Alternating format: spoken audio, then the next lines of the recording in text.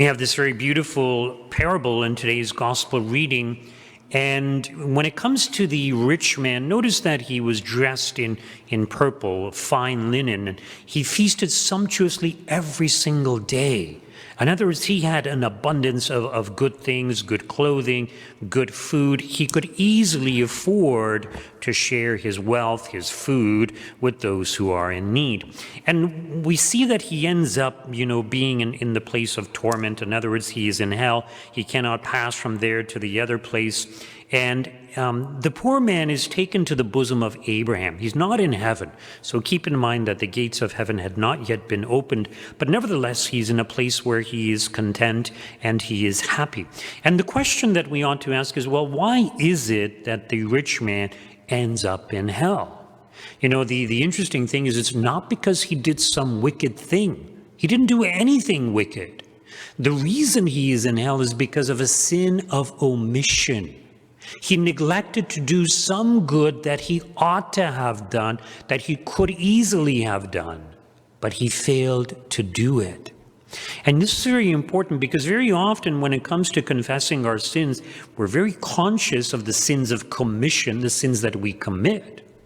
But often it's like we don't even realize there's these sins of omission that we might be committing without even realizing it.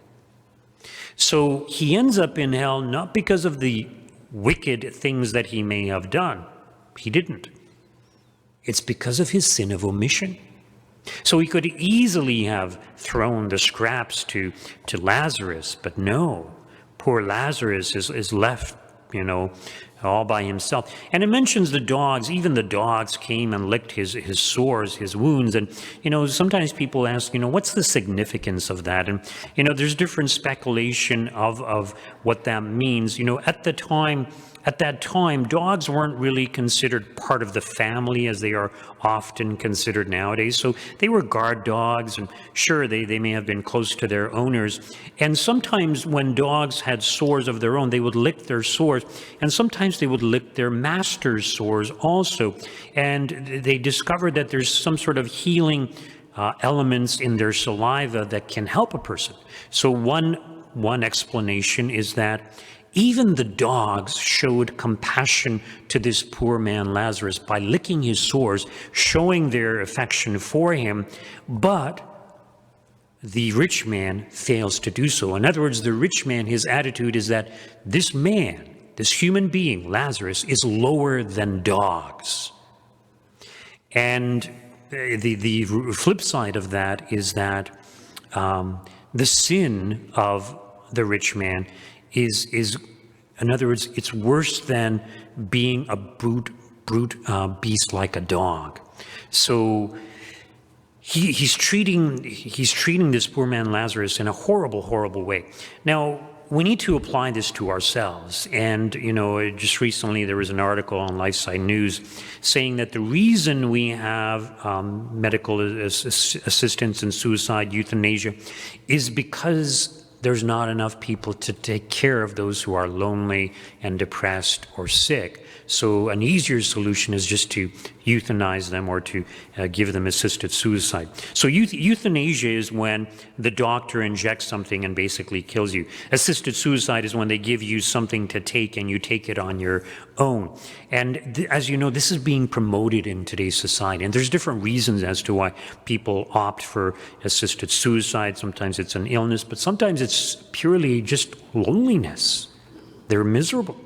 And recently there's some man who's opting for assisted suicide because he can't afford to live. So, traditionally families were more closely knit together.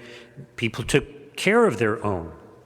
And also there used to be all kinds of religious orders. Even here in Toronto, St. Joseph's Hospital, it used to be run by nuns. So religious orders would establish hospitals, would run hospitals, orphanages, taking care of the elderly, the sick. Even now there's some nursing home, nuns that care for people in nursing homes.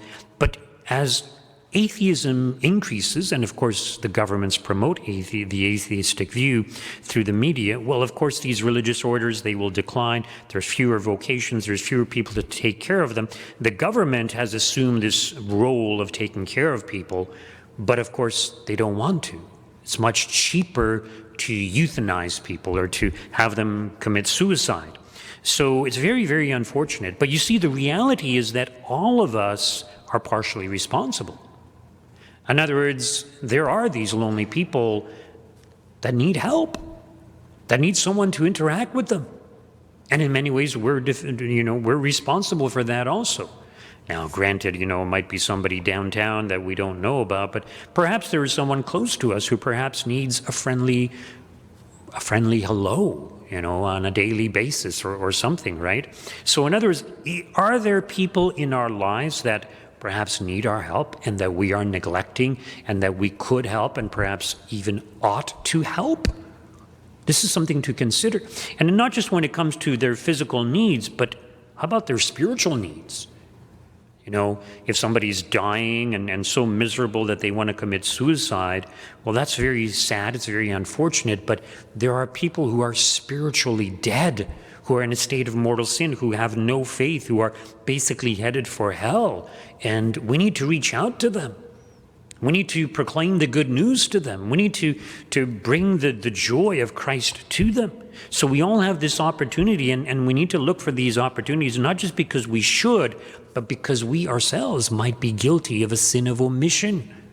Same as when it comes to, standing up for pro-life issues. If all Catholics, and, here in Toronto, I can't remember how many Catholics there are, 1.7 million Catholics, it's a big area, the GTA. But imagine if all the Catholics united, and all the Catholics united with all the Christians, and in fact, we could even unite with all the Muslims. And imagine if all of us stood up and said, no abortion. We're not going to vote for any politician who supports abortion, period. Well, we'd be able to overturn all this abortion that's taking place. And we need to let people know that there are alternatives. There's all these agencies that can help young women to carry their child to term. If they don't want to keep their child, they can give it up for adoption. So are we doing enough? Or are we also committing sins of omission? This is something that each of us needs to reflect on. And we need to examine our lives. We need to examine the people around us. We need to examine, are we doing enough to fight all these evils in society? Even with the school system, are parents speaking out against the transgenderism agenda and the pride flag that is flown every June? Like, if all parents united, it would be easy to get rid of it. But we just turn a blind eye, and so evil continues to propagate, and it's getting worse and worse, and it's unfortunate that it's especially the children who suffer the most. So let us do what we can to oppose these evils in society.